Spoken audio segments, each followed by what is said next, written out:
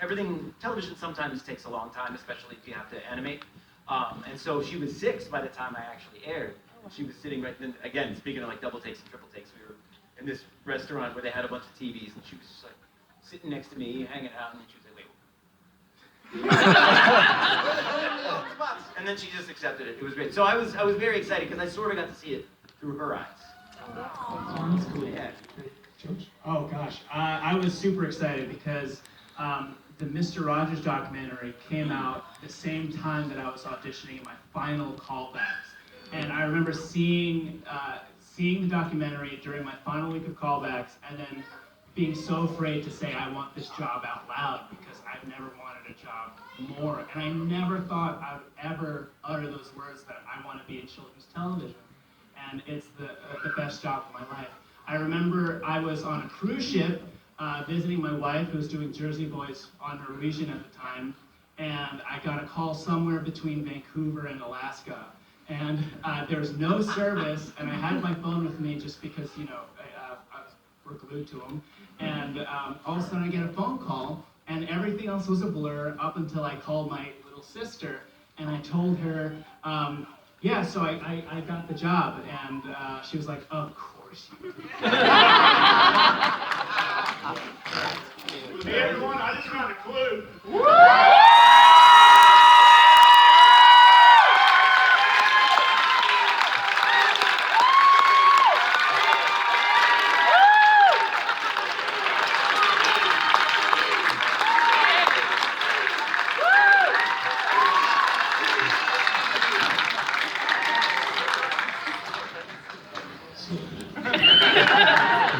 We've been talking about you this whole time.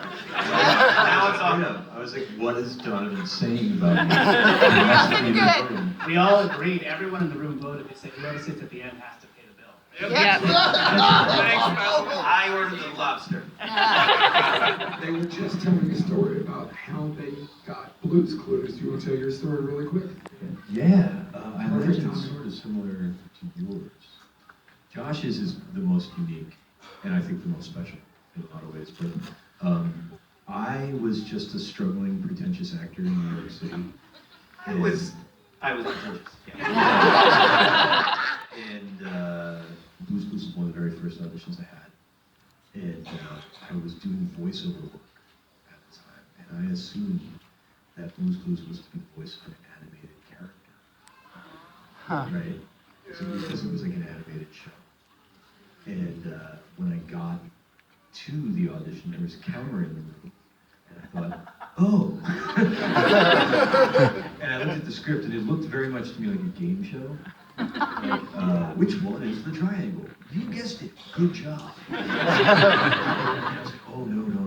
I'm going to act this so hard. And so, if the camera was here, if this was too close to the camera, I was like, here. I was like, which one do you know? And I remember looking at Angela Santamero, who created Blue's Clues, and she was so young, she was like 25, right? And she's genius. And she looked at me while I was auditioning, and she said, huh. And then I was like, I'm sorry, that was weird. And she was like, yeah. And then they actually called me that night, and they were like, so that was weird. But we kind of dig it. Do you own a clean shirt? Yeah. So I came back, and they were very on the fence about it, right? That's the real story. Is they were very on the fence about it, but the creators of Blue's Clues were like, no. This is what works, right? And I think I know Nickelodeon was like, well, we prefer someone more conventionally handsome. But what they did is they showed all the auditions to kids, right? And their other choices were like, so which one is triangle? Do you know? And kids were like, wow. And then they showed them my tape, where I'm like way too close. And the kids are like, we have to help him.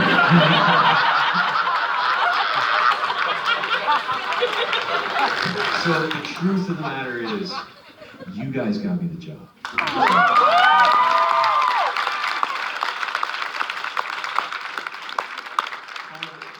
Who's got the next question? Yes, sir. Me? Blonde, yeah. Do you have any personal favorite episodes of the show? Like, is this question for all you? To watch or that we did? That you did. Any episode with Steve and Donovan, I live for. It's my favorite day on set. Like, work is so easy whenever. Also because I have a third of the line, so it's less to remember. No, whenever I get the chance to hang out with Steve or Donovan in any context, I'll be there in a heartbeat.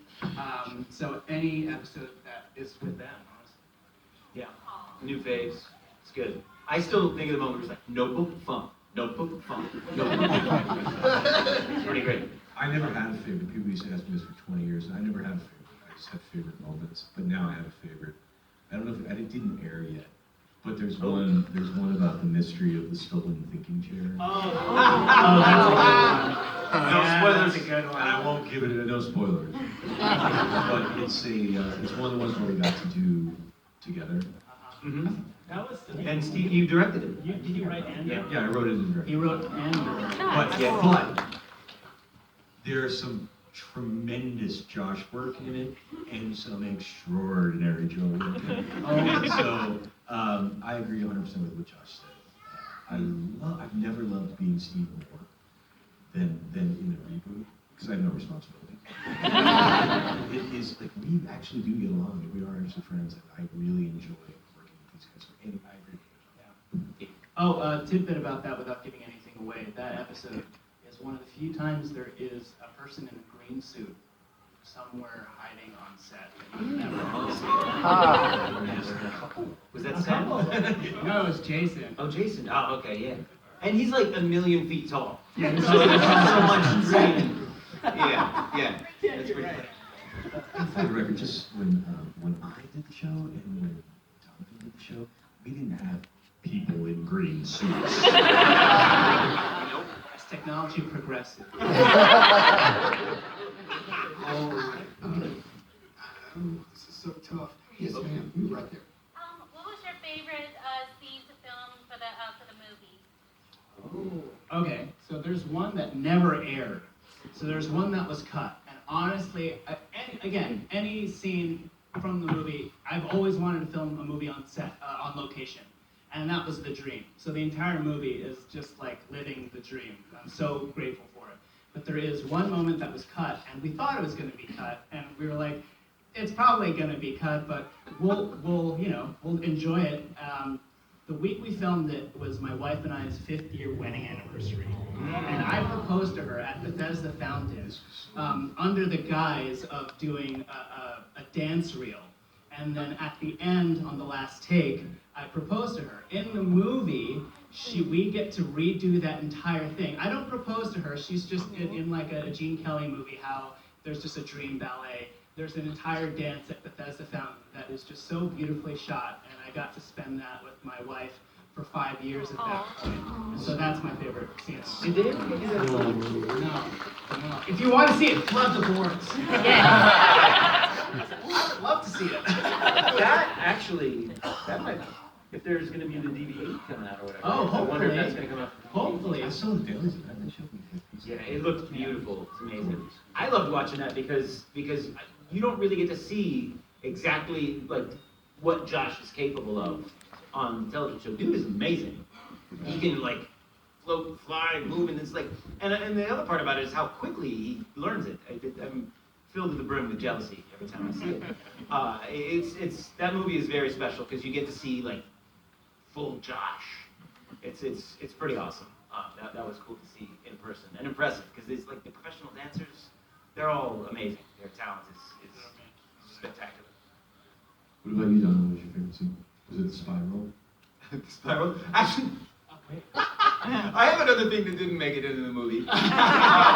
There's a scene where we're running through Central Park to go and catch up with Josh because we are like finally like Josh, we're gonna go see you. Like we finally found you. We're searching for him I won't give any spoilers away for the movie in case you haven't seen it. But it was my last take of the entire movie, And I was like, okay, I'm gonna go for it. It's gonna be a thing. We're running there, and I had planned this thing out, and I didn't like have a chance to rehearse it because I figured if I messed it up, I was gonna stain my pants, and it would have delayed everything. So in the middle of the whole thing, I thought it'd be hilarious. I'm supposed to be holding these balloons, basically. We're running full tilt after him, so I trip, fall, and do a somersault, completely intentionally. And it was like, Pretty intense. I'm Pretty up. intense. And I was like, it was perfect, you know, in my mind or whatever. We're supposed to still be. And then I realized the camera was aimed nowhere. It was like a close up of Josh at that point, and we're just like, everyone's like, I'm giving it everything. He really went for it too. You should always ask if you're going to be in a movie, like, where are you? Oh, somebody is leaning against the wall. Turn off the light. So this is where we're going to tell you a joke story. Yeah.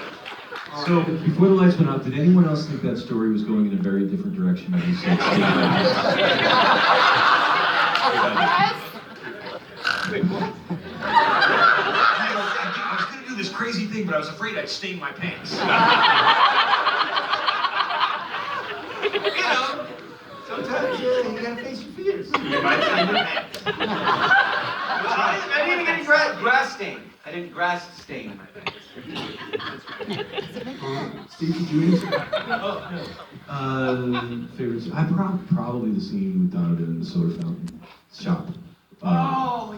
It's rare. It's so rare on Blue's Clues. Blue's Clues is an incredibly brilliantly conceived, meticulously conceived, curriculum-based education television show. And as such, nearly every scene we do is carefully scaffolded for educational purposes. There's very little just dialogue where two people are like telling jokes and being funny and doing funny behavior. Very little that, like, frankly, what actors are trained to do. And Donovan and I had a scene where we just got to goof off and like say stupid stuff to each other. It was like, what a relief. And that was just really fun for me. And I also just like hang out with Donovan. So. Yes, ma'am. So, out of like the entire show, what did you three take away from your role as your characters? I mean, like, what do you feel like the show gave back to you? Not your fans, but the show itself. What do you think you got out of it? That's deep. Yeah. What a profound question to ask. Well, I mean, yeah, given my circumstance and how I got that job, you know, there's a whole possible alternate reality sort of situations. And I think about, like, how my life would possibly be different. I never would have met my wife. I wouldn't have my kids, you know. So the answer is kind of everything. Really. I don't know if this job can be anything without the people, without you, and without the people that we work with, because that's, you know, who do we make it for otherwise? It wouldn't be good if we just made it for money. I'm a, you know, like I said, I'm a terribly anxious person normally, and having the show and to be in the position that we are in, like, we're the only person on set for the most part on camera, so like you have to be prepared. And that's nothing strange, but dealing with that and just being like, okay, well, if you're anxious about it, what can you do? You just do what you can, take a deep breath, and just take it one step at a time. And, you know, there's no problem if you get it wrong, or if there's nothing wrong with failure, you just do it better next time. And just be patient with yourself. So that's what that gave me, and that's thanks to all of you. That's good. I'm older, and I did it longer, and doing these Comic-Cons and speaking at universities, and after I did that viral video of things, I have to say, Steve has become a great teacher in my life. First of all, Blue's Clues, for me, the way I approached it, was largely about wonder, right? That was part of the Steve recipe. Everything was wonderful. Everything was wow. And there is value in spending your life in a state of wonder. And there's value in spending your day trying to find the wonderful in things. I always say, wondering makes you wonderful, which is true, technically. So that has been a big deal for me. It's felt like a practice, almost. And the other thing, and I'll bring it down, I'm not afraid to, like, Steve taught me that it is okay to ask for help. I mean, that's literally what I did in every episode of Blues Clues, right? I mean, literally, I desperately needed your help. Without you guys, I would still be wondering which of these snacks was a graham cracker. But there's no shame in asking for help. And it's actually, what I've learned is that it's an act of strength to do so. So I don't like to lecture people, but I will say that in my life, asking for help when I felt like I truly needed it has made all the difference in my life. So if there's anyone out there that feels like asking for help is the thing to do, maybe do that. And also, the other part of Blues Clues beyond wonder was listening. A lot of kids' TV talks to the camera, right? We listened to the camera, which was kind of our breakthrough thing. And listening, Fred Rogers always said that, like, listening is the biggest gift you can give to somebody. And that's true too. So if you're somebody out there who feels good about where you're at in life and you don't feel like you need a lot of help, listen. Be someone who listens.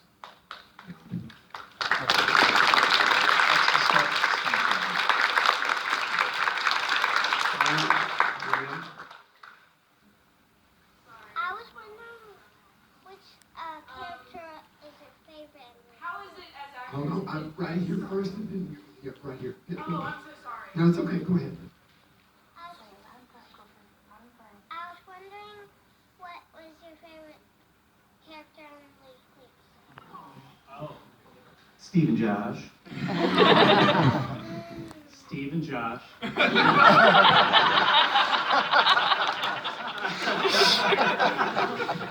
Steve and Donovan. As far as the animated character, Steve and Donovan.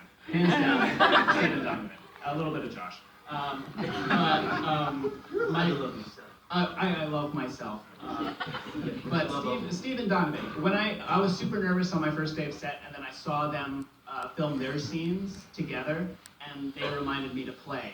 And I was like, oh yeah, I know how to do that. And like all of us, we know a lot of things because of Steve and Donovan.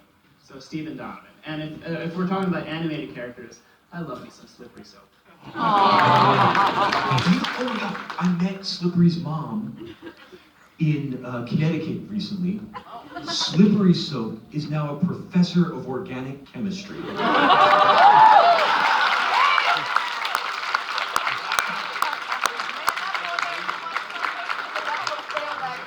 Lordy. What's that? Man, he must be one smart person because Organic 1 and 2 albums failed though. Mine is Mr. Salt. Second favorite is I think the underdog of the entire house is Side Table.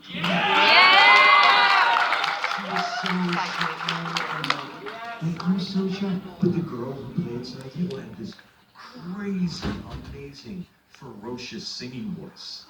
So like, I just love that character. That like little fierce energy and a little shy package. But not Josh or Josh. Who was the one asking the question a second ago? I think I picked. Oh, yeah. Go ahead. Yeah, tell me. Okay. No, all right. Yes, you with the hand. Yeah, go ahead. This is a question for Steve. It's not exactly Blues Clues related. I was just wondering if you're ever planning on releasing any more music, because I still listen to songs for Dust Mites, like everything. Oh goodness, I used to think that only my mom had that record. I play music more than I ever have in my life, but I don't really write songs. That was just a phase in my life where I had a lot of songs in me at one point, like a lot. A lot of them were bad. Some of them were okay, you know. I don't have any plans. If you need more Steve music, I made an album for children called For Everywhere with my friend from the Flaming Lips, and it's the thing I made that I think is the best thing I ever did. So if you need more music, there's that. I don't have any plans on releasing anymore. Like, seems like a younger person. Should he though? Yes. All right, purple. Go ahead. Hi. This question kind of piggybacks off that question. So if you don't want to answer it, sir, then I understand. But the other two gentlemen, when you guys, I know you did a lot of singing on the show. What songs were your favorite songs on the show? And do either of you, Josh and Donovan, sing now? Josh deserves to sing more than I do. I keep getting hired to sing, and I always ask why.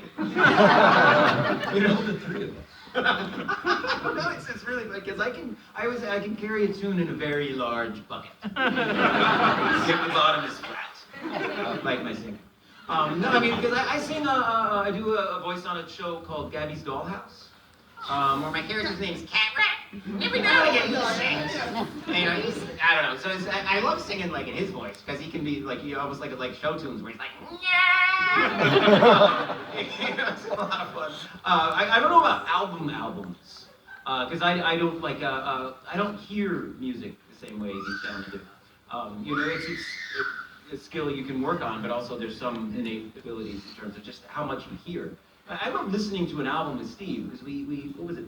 He introduced me to Neutral Milk Hotel, and I remember just like listening to it, and he's talking about some things that are going on in there, and I would finally get to it like my fifth pass through, you know, and it's just so for me it requires a little extra patience. Songs from the show. Yeah. Oh, and then songs from the show. I love Colors. Yeah.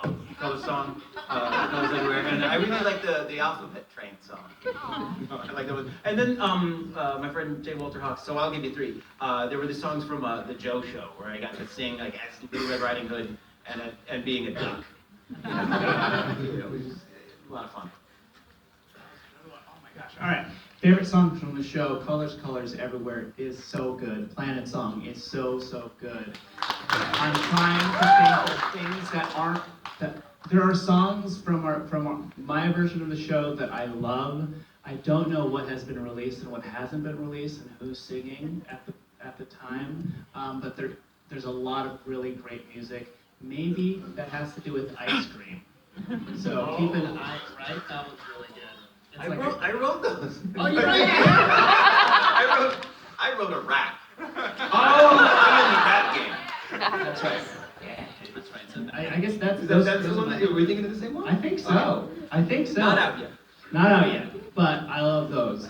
As far as like music, yes, absolutely. I think we'll see how. I hope that we do Blues Clues forever, but I have a lot of music that I would love to share with y'all one day. So. Ready? That was an understatement. This guy is an incredible, like, Broadway level singer, and also can sing pop music. We do not believe Josh is the real thing. So. Anything is possible when you get multiple tries and very talented engineers. I will answer that question. I really like the Nelson. Yeah. So, yes, you. Favorite letter? Oh, I have a favorite piece of fan mail. Do tell. It said, "Dear Steve, I love you. I want to be a pizza. Love, Josh."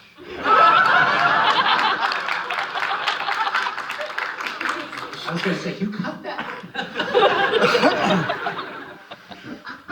I've said it so many times. Favorite? I don't know. Gosh, so many of the letters. I love all of the letters because they're all layered. They're not just printed. Like every picture is a layer of paper, and so they're all insanely beautiful. I wish that there could be some sort of exhibition of them all. Yeah, the props on Blues Clues, you don't get a sense of how cool they are. Yeah.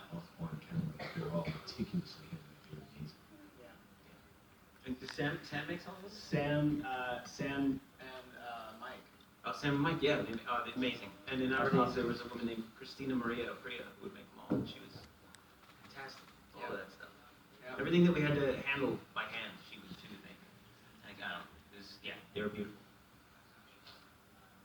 Okay. Do you have any? Okay. 2 more questions. And remember, excuse me, we're going to be at their table all weekend. Okay? It's true. That's true. So if you don't get your question, Oh yeah, if you have a question, just come up. just come to the table. Okay. Right here in the green, and then I'll come back to the one in the mask. Go green. So this is really a question for Donovan and Steve, but Josh, you can answer too, because I don't really know how the new notebook works, if it's an actual physical prop or like a green screen thing. Oh. But did you guys ever keep anything from the set, like your shirt or the notebook or anything like that? Yeah. I don't know what you got away with. They gave me a thinking chair. It broke. It was the original one, and the leg broke, and they were like, it was my birthday. I'm like, let's give it to Steve. I love that. Well, like Steve, the night before his birthday, was just hammered away. Chair! When I left the show, they gave me Tracy, who is blue. Oh, wow, that's Tracy. She's also one of the creators of the show, who drew everything originally. She gave me the original notebook. Oh, wow. With the first 3 clues in it. And that's all they gave me, and I stole so many shirts. I tried to, they got all of my shirts back. Somehow over time, they kept coming up with these events, and they're like, we're gonna need you to bring the wardrobe that you have at home. And like a fool I did. Yeah, the one thing I have, there was a jacket, basically like an evening jacket made out of the thinking chair material. The jacket built on top of another jacket. And that's the one I still have. And if they ever are like, hey, we might need that back, I say, I don't know where it is. I'm just saying this, I've moved so many times. That's true. You ever said that? Josh's notebook is real, and it's Ooh, yeah. it's the coolest prop. It's really, really cool. So back in their day,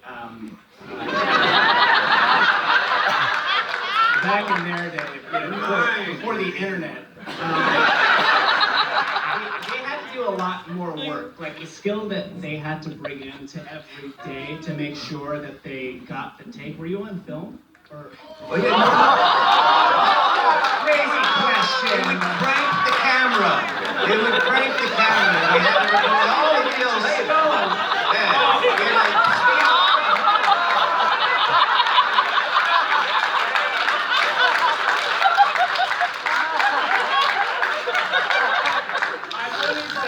Because there's a lot of pressure to get the take, right? Because you have to move on with the day. And the smallest things can take up so much time. Like when you're done with the clue and you have to put the crayon back into the notebook. And if you're not careful, that will fly straight through. And then the take is ruined. After the first day or first couple of episodes, they're like, Josh is never going to get this. So then they put a little magnet in the notebook, and then they put a magnet inside the crayon behind the paper, so that no matter what, Josh would always get it.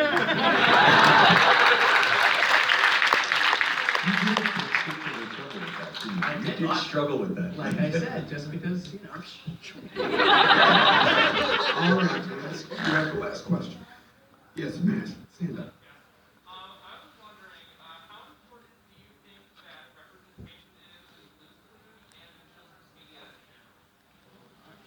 That's deep. It's important everywhere. Yeah, I mean, yeah, it can't be overstated. Yeah, no, I think it totally is important. You know, you don't realize that you don't see yourself on screen until you get older. I remember I wanted to be an illustrator growing up, and I had this project that you could do whatever you wanted, right? And so I chose to make my own comic book. And then I remember working really hard on it, and then I showed it to my art teacher, and she was like, oh.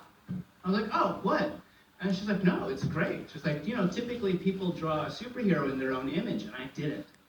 And I wondered, like, oh, I had the power to do this thing, and why didn't I do that? And I never thought about it until I, you know, became an adult. And so sometimes that can set you back. And while things are getting better, and as things progress, hopefully continue to progress, I hope that everyone, even if you don't see yourself reflected in whatever field you do, whether it be entertainment, media, or science, whatever, that you could be that person to break down, you know, bust the door open for everybody. But we can't get there unless we help each other out. because I did not cast myself. I cast myself all the time. Oh my gosh, you should have seen me in Deadpool. But you can't get there on your own. And so if you can build a community and help each other out, and the community grows, then that's just an even better thing. How do you? I can't add much to that. Like, to simply answer your question, how important is it at least as important as everyone else? At least. Fred Rogers, I've been reading a lot about Mr. Rogers, but he said something profound that really affected me when I started doing kids TV. He said that to a child, the things that come out of the television, in our case the iPad, the phone, whatever, are automatically sanctioned by the caregiving of the house. In the same way that whatever comes out of the stove is safe, you know, and is normal. It is what the world is, you know. And so I think that we need to be careful, extra careful, and it's just extra importance placed on the media that we make for children. So it's at least as important there as it is anywhere else.